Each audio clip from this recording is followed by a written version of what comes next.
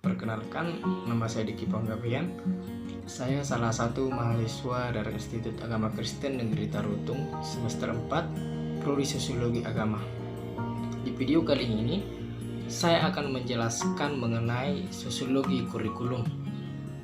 3 bahasan pokok yang akan saya jelaskan mengenai sosiologi kurikulum yaitu: yang pertama, apa itu kurikulum? Dan yang kedua, tipologi kurikulum.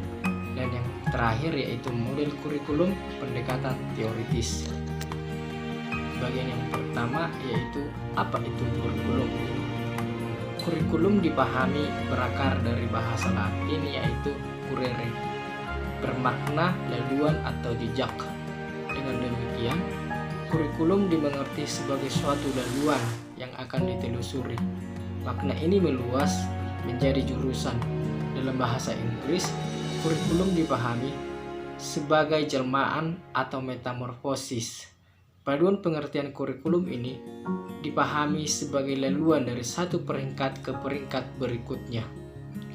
Berikut beberapa pandangan para ahli tentang kurikulum. Ahli yang pertama yaitu Grecian mengatakan bahwa kurikulum adalah suatu perencanaan untuk mendapatkan keluaran yang diharapkan dari suatu pembelajaran. Ahli yang kedua yaitu Inlow memandang bahwa kurikulum adalah semua pengalaman yang direncanakan yang dilakukan oleh sekolah untuk menolong para siswa dalam mencapai hasil belajar kepada kemampuan siswa yang paling baik. Dan ahli yang ketiga yaitu Seller J. Gallen dan William N. Alexander mengatakan bahwa kurikulum adalah keseluruhan usaha sekolah untuk mempengaruhi belajar baik berlangsung di kelas, di halaman maupun di luar sekolah. Dan ahli yang terakhir yaitu William Berrigan mengatakan bahwa kurikulum adalah semua pengalaman anak yang menjadi tanggung jawab sekolah. Jadi, kurikulum berdasarkan pendapat para ahli tersebut dapat dipahami sebagai berikut. Yang pertama yaitu suatu perencanaan, yang kedua suatu usaha pembelajaran, dan yang ketiga suatu hasil. Dengan demikian, kurikulum dapat pula dipahami sebagai suatu perencanaan pembelajaran, proses pembelajaran dan hasil dari perencanaan dan proses pembelajaran dari sekolah ataupun perguruan tinggi. Berdasarkan berbagai penjelasan etimologis, keahlian, dan legal formal di atas, maka kurikulum dipahami bukan sebatas buku teks, pokok persoalan atau subjek matter, rangkaian pembelajaran, isi dan program pendidikan, juga bukan sekedar pelajaran kursus. Kurikulum merupakan semua situasi atau keadaan dalam mana lembaga pendidikan dapat menyelidiki, mengorganisasi, memonitor, dan mengevaluasi secara sadar terhadap pengembangan kepribadian peserta didik. Bagian yang kedua yaitu tipologi kurikulum. Berbagai pakar pendidikan dan sosiologi pendidikan telah mengkonstruksi berbagai tipe kurikulum berdasarkan sudut pandang atau landasan pemikiran yang berbeda. Yang pertama, kurikulum berdasarkan isi. Kurikulum berdasarkan isi yang terkandung di dalamnya mempunyai 3 tipe, yaitu kurikulum klasik, kurikulum vokasional, dan life engagement. Tipe yang pertama yaitu kurikulum klasik. Kurikulum ini bersifat tradisional, menekankan pada bahasa asing, bahasa kuno, sejarah dan sastra, matematika, dan ilmu murni. Kurikulum klasik berkembang di masa lampau, di mana negara, dalam hal ini kerajaan, membutuhkan para pegawai administrasi untuk mengatur rumah tangga kerajaan dan memberikan pelayanan kepada masyarakat atau rakyat. Yang kedua yaitu kurikulum vokasional. Kurikulum vokasional diarahkan untuk menyiapkan peserta didik untuk bekerja. Oleh sebab itu, berbagai keterampilan dan keahlian dipersiapkan bagi peserta didik sesuai dengan kebutuhan pasar yang sedang berkembang. Tipe yang selanjutnya yaitu kurikulum life engagement. Kurikulum life engagement menekankan pada pengembangan kepribadian yang meliputi pada pengetahuan, pemahaman, dan pengalaman tentang bagaimana bisa hidup adaptif dalam mengarungi kehidupan dengan berbagai dimensinya, seperti bagaimana menjaga kesehatan, mengkonstruksikan hubungan sosial, membangun rumah tangga, dan sebagainya. Tipologi kurikulum yang berikutnya yaitu kurikulum berdasarkan model pengembangan. Kurikulum berdasarkan bagaimana dia dikonstruksi atau dibangun dapat mengambil dua tipe, yaitu kurikulum model administratif dan akar rumput. Bagian yang pertama yaitu kurikulum model administratif. Kurikulum model administratif merupakan kurikulum yang digagas dan dikembangkan berdasarkan prinsip-prinsip administratif oleh para administrator pendidikan.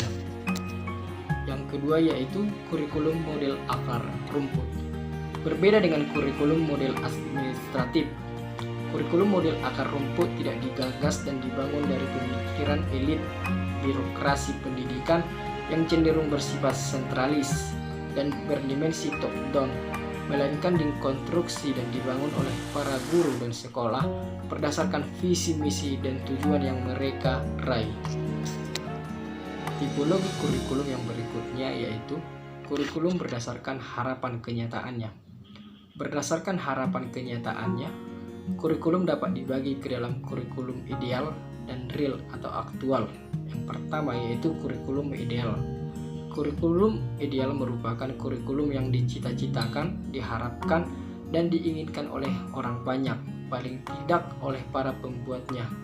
Ia mengandung gagasan konseptual ideal tentang apa yang seharusnya dan baik dikandung oleh suatu kurikulum.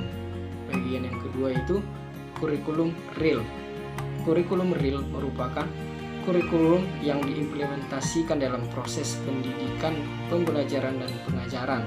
Kenyataan atau realitas memiliki kecenderungan yang tidak selalu sama dengan sesuatu yang diharapkan, diinginkan, dan dicita-citakan.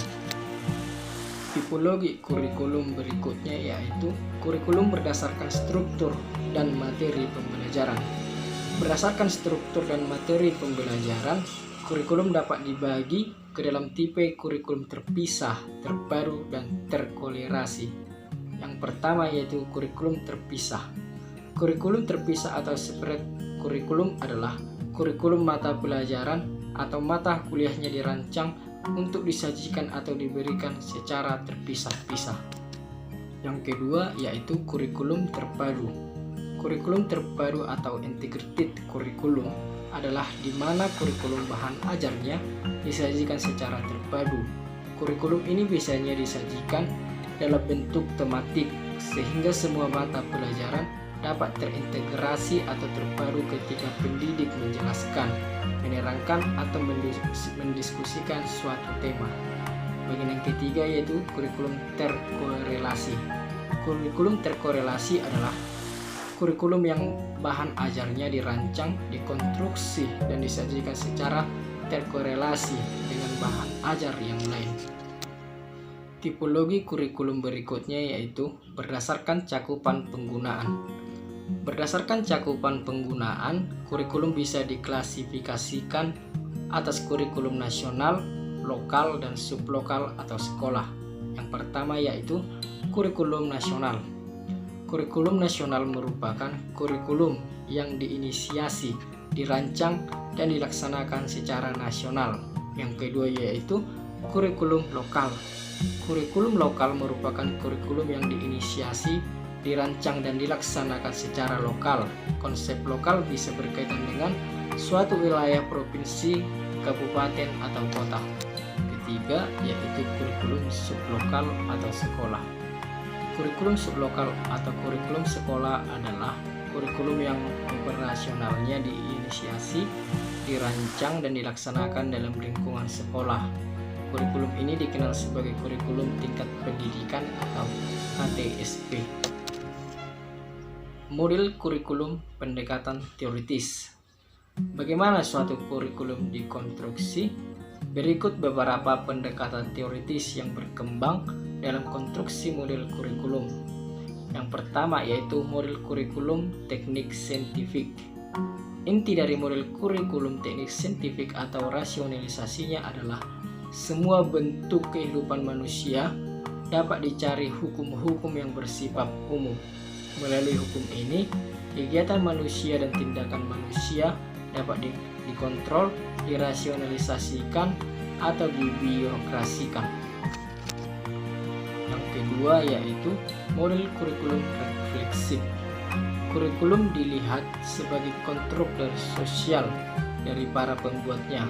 Oleh sebab itu, kurikulum dapat diperbincangkan, didiskusikan, dirundingkan, dan dinegosiasikan secara bersama-sama. Dan yang ketiga yaitu model kurikulum yang relasional. Intinya adalah usaha untuk mempertalikan apa yang diajarkan di sekolah dengan struktur sosial. Jadi, adanya pengakuan bahwa apa yang dianggap sebagai pengetahuan di sekolah tumbuh dari suatu latar belakang dan historis tertentu. Pemikiran tentang apa yang seharusnya diajarkan di sekolah, bagaimana cara mengajarkannya, dengan cara apa mengajarkan, dan siapa yang dapat mengajarkannya adalah refleksi dari sejarah, struktur sosial atau masyarakat. Dengan kata lain, apa yang disusun dalam pemikiran tentang tujuan, isi diharapkan dapat diselesaikan melalui pendidikan. Yang keempat yaitu kurikulum tersembunyi. Kurikulum tersembunyi merujuk pada peraturan, regulasi, dan rutin yang mana partisipan sekolah mesti menyesuaikan diri. Itu dapat dilihat melalui bagaimana ruang kelas diorganisasi, sistem penghargaan, dan sosialisasi moral berlangsung melalui peraturan, regulasi, dan rutin. Dan yang terakhir yaitu kurikulum dan evaluasi. Diskusi kurikulum dan evaluasi meliputi pembahasan tentang evaluasi kurikulum dan dampak evaluasi kurikulum pada proses di sekolah. Demikianlah pemaparan saya mengenai sosiologi kurikulum. Semoga video ini bermanfaat. Akhir kata saya mengucapkan terima kasih.